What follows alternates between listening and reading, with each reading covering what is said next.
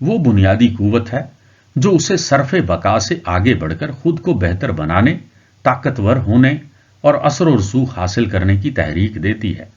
یہ حیاتیاتی، ذہنی اور سماجی تمام سطحوں پر کار فرما ہے۔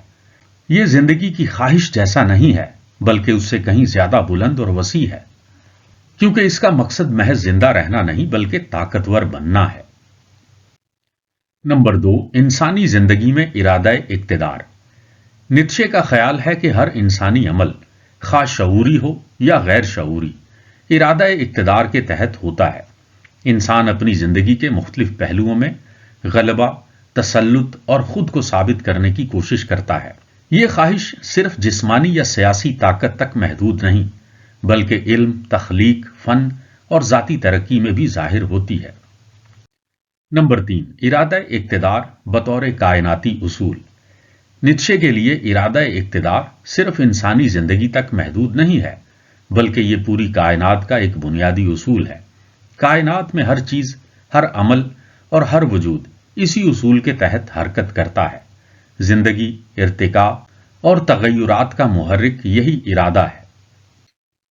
نمبر 4، اخلاقیات اور ارادہ اقتدار۔ نیتشے نے روایتی اخلاقیات کو رد کیا اور کہا کہ یہ کمزوروں کی اختراع ہے۔ ارادہ اقتدار انسان کو اپنی اقدار تخلیق کرنے کا موقع دیتا ہے، بجائے اس کے کہ وہ پرانی اور جامد اقدار کو قبول کرے۔ فوق البشر وہ شخص ہے جو اپنے ارادہ اقتدار کو پہچانتا ہے اور اسے استعمال کر کے اپنی زندگی کو بلند ترین سطح پر لے جاتا ہے۔ ارادہ اقتدار کے مثبت اور منفی پہلو۔ نمبر 1، مثبت پہلو۔ یہ تصور انسانی ترقی، تخلیق اور اختراع کے لیے محرک ہے۔ یہ انسان کو اپنی حدود سے اوپر اٹھنے کی ترغیب دیتا ہے اور آزادی اور خود مختاری پر زور دیتا ہے۔ نمبر 2، منفی پہلو۔ نیتشے کے ناقدین کہتے ہیں کہ ارادہ اقتدار کا غلط استعمال دوسروں پر جبر، استحصال اور خود غرضی کو فروغ دے سکتا ہے۔ اس کی تشریح نازی ازم اور فسطائیت کے لیے غلط طور پر استعمال کی گئی، حالانکہ نیتشے کی نیت ہرگز یہ نہ تھی۔ ارادہ اقتدار اور نہیلزم۔ نیتشے کا تصور ارادہ اقتدار نہیلزم کے مقابلے میں ایک مثبت جواب ہے۔ نہیلزم کا مطلب زندگی کے معنی یا مقصد سے انکار ہے۔ ارادہ اقتدار زندگی کو معنی دیتا ہے اور انسان کو اس قابل بناتا ہے کہ وہ اپنی تقدیر کو خود تخلیق کرے۔ نتیجہ، ارادہ اقتدار نیتشے کے فلسفے میں ایک زبردست تصور ہے جو زندگی، طاقت اور ارتقاء کی بنیادی قوت کو بیان کرتا ہے۔ یہ انسان کو اس قابل بناتا ہے کہ وہ اپنی زندگی میں تخلیق، جدوجہد اور ترقی کے ذریعے بلند مقام حاصل کرے۔ نیتشے کے نزدیک یہ انسانی وجود کی اصل روح ہے جو اسے بقا سے آگے بڑھنے اور عظمت کی طرف لے جانے پر مجبور کرتی ہے۔ چوتھا تصور، اخلاقی نسبیت۔ نیتشے نے روایتی اخلاقیات کو غلامانہ اخلاقیات کہا اور اسے چیلنج کیا۔ اس کے مطابق روایتی اخلاقیات کمزور اور محکوم طبقے کی پیدا کردہ ہیں جو طاقتوروں کو قابو میں رکھنے کے لیے بنائی گئی ہیں۔ نیتشے نے ایک نئی اخلاقیات کی تجویز دی جو انفرادی طاقت اور تخلیقی صلاحیت پر مبنی ہو۔ نیتشے کا تصور اخلاقی نسبیت اس کے وسیع فلسفیانہ نظام کا ایک اہم حصہ ہے۔ یہ تصور اس کے روایتی مذہبی اور اخلاقی نظریات کے رد سے جڑا ہوا ہے۔ نیتشے کے نزدیک اخلاقیات کسی الہامی اصول یا کائناتی حقیقت پر مبنی نہیں، بلکہ یہ انسانی زندگی کے حالات، ثقافت اور طاقت کے تعلقات سے تشکیل پاتی ہے۔ اس حوالے سے چند نکات کو سمجھ لینا چاہیے۔ مثلا، نمبر 1، اخلاقیات کی بنیاد۔ نیتشے نے یہ استدلال کیا ہے کہ روایتی اخلاقیات، خاص طور پر مغربی مسیحیت سے منسلک اخلاقیات، ایک تاریخی اور سماجی تعمیر ہے۔ یہ اخلاقیات الہامی یا حتمی نہیں، بلکہ طاقتور افراد، گروہوں یا معاشرتی ڈھانچوں نے وضع کی ہے۔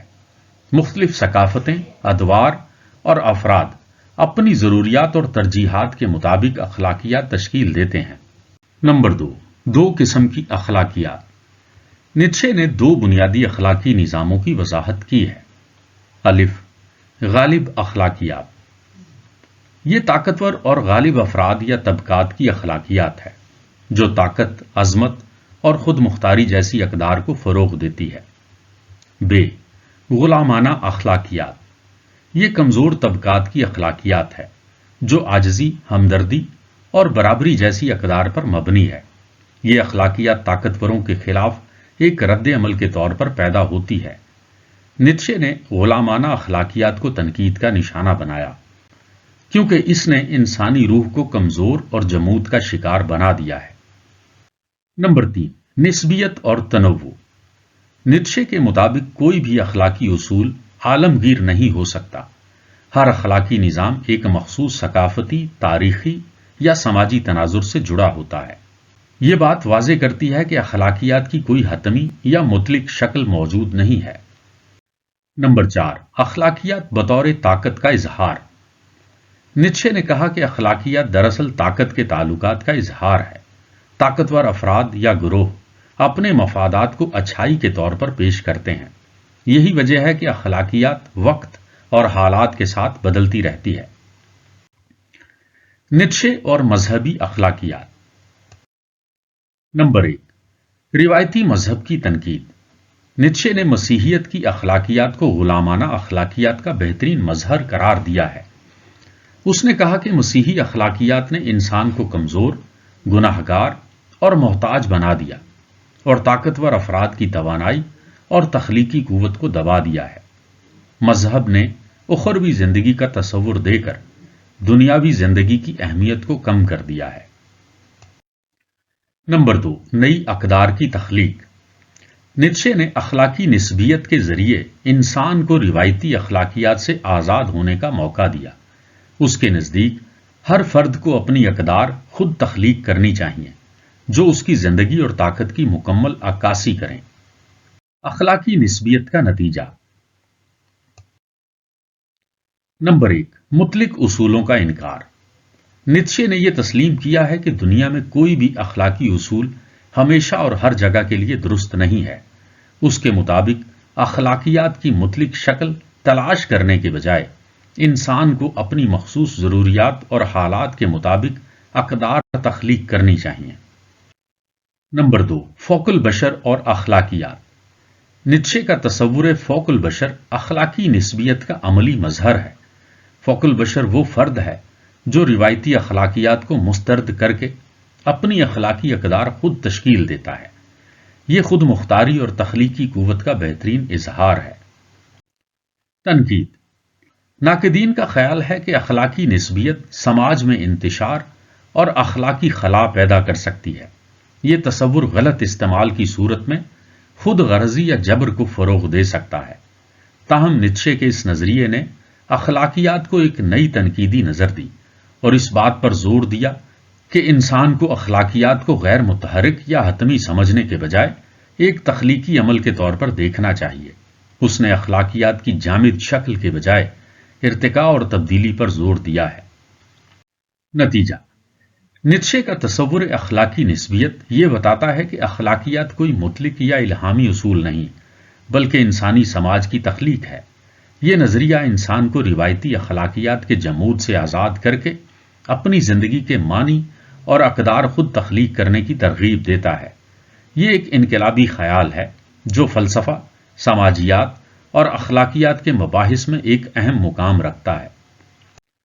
5واں تصور، دائمی بازگشت۔ نیتشے نے کہا کہ زندگی اور کائنات ایک لامتناہی چکر میں بار بار دہرائی جاتی ہیں۔ یہ ایک فلسفیانہ تصور ہے جو انسان کو اپنی زندگی کی ہر چیز کو مکمل ذمہ داری کے ساتھ قبول کرنے کی تلقین کرتا ہے، گویا وہ اسے ہمیشہ دہراتا رہے گا۔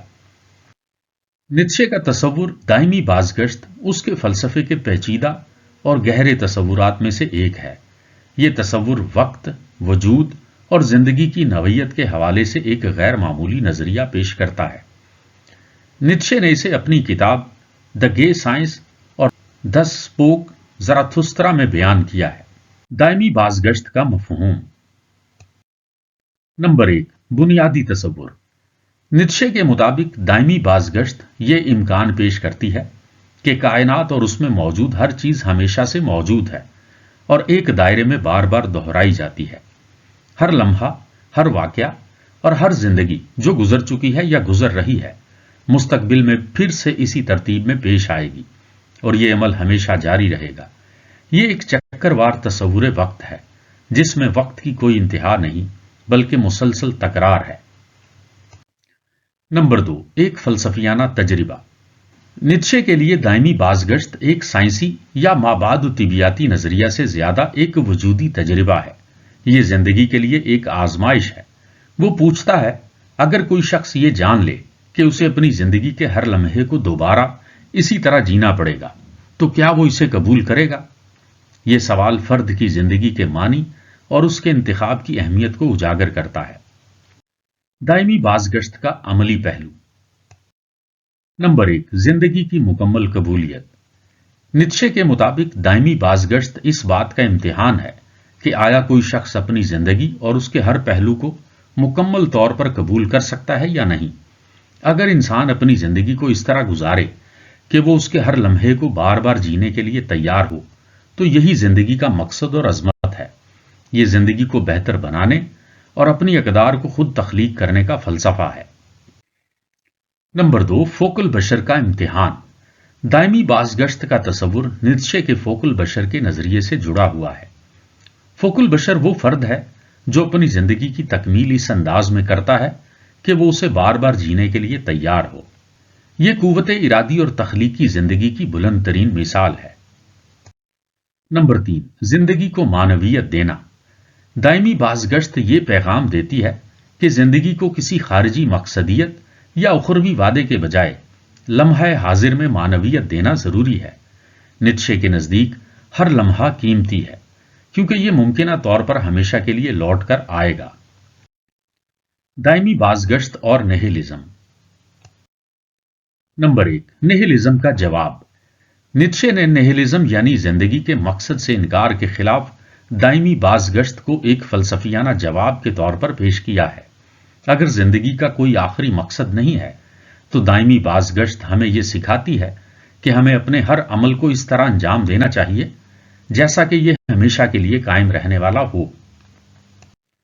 نمبر 2، نیہلزم پر قابو پانا۔ دائمی بازگشت انسان کو اپنی زندگی کو ذمہ داری اور عظمت کے ساتھ گزارنے پر مجبور کرتی ہے۔ یہ ہر فرد کو زندگی کی معنویت کو اپنی تخلیق کے ذریعے دریافت کرنے کی ترغیب دیتی ہے۔ دائمی بازگشت کے وجودی پہلو۔ نمبر 1، خوف اور قبولیت۔ یہ تصور ایک فرد کے لیے خوفناک ہو سکتا ہے کیونکہ اس کا مطلب ہے کہ وہ اپنی غلطیوں، تکلیفوں اور ناکامیوں کو بار بار جھیلے گا، لیکن یہ تصور زندگی کے ایک عظیم فلسفیانہ اصول کو بھی ظاہر کرتا ہے، یعنی زندگی کو جینا ہی سب کچھ ہے۔ نمبر 2، ہاں کہنا۔ نیتشے کے نزدیک دائمی بازگشت زندگی کے ہر پہلو کو قبول کرنے کا ایک مثالی تصور ہے، خواہ وہ خوشی ہو یا غم۔ یہ زندگی کو ہاں کہنا اور اسے اس کی تمام پیچیدگیوں کے ساتھ اپنانے کا درس دیتا ہے۔ تنقید۔ بعض فلسفیوں نے اس تصور کو غیر حقیقی اور مابعد طبیعیاتی خیال کیا ہے کیونکہ اس کی سائنسی بنیادیں کمزور ہیں۔ اس نظریے کو بعض افراد کے لیے غیر عملی یا ناقابل فہم بھی سمجھا گیا ہے، تاہم دائمی بازگشت نے وجودی فلسفے اور زندگی کے انفرادی معنی کے تصور کو گہرائی دی۔ یہ انسان کو اس کی زندگی کے ہر لمحے کے لیے مکمل ذمہ دار ٹھہراتا ہے اور اسے اپنے فیصلوں اور اعمال کے نتائج کو تسلیم کرنے کی ترغیب دیتا ہے۔ نتیجہ: نیتشے کا تصور دائمی بازگشت ایک گہرے فلسفیانہ اور وجودی تجربے کی نمائندگی کرتا ہے۔ یہ انسان کو اپنی زندگی کے لمحوں کی قدر و قیمت کو سمجھنے، اپنی زندگی کو مکمل طور پر قبول کرنے اور اس میں اعلیٰ ترین مقصدیت کو تخلیق کرنے کی دعوت دیتا ہے۔ یہ نظریہ ایک مثالی فلسفیانہ چیلنج ہے جو ہمیں اپنی زندگی کو ایسے گزارنے کی ترغیب دیتا ہے جیسے یہ ہمیشہ کے لیے دہرائی جانے والی ہو۔ خاتمہ۔ خدا کی موت اور فوکل بشر کے نظریات نے روایتی مذہبی، اخلاقی اور سماجی اصولوں کو چیلنج کیا۔ یہ تصورات جدید دور میں انسان کی خود مختاری، وجودی بحران اور اقدار کی تخلیق کے مسائل پر براہ راست اثر انداز ہوتے ہیں۔ نیتشے کے نظریات فلسفے، ادب، نفسیات اور ثقافتی مباحث میں گہرے اثرات رکھتے ہیں۔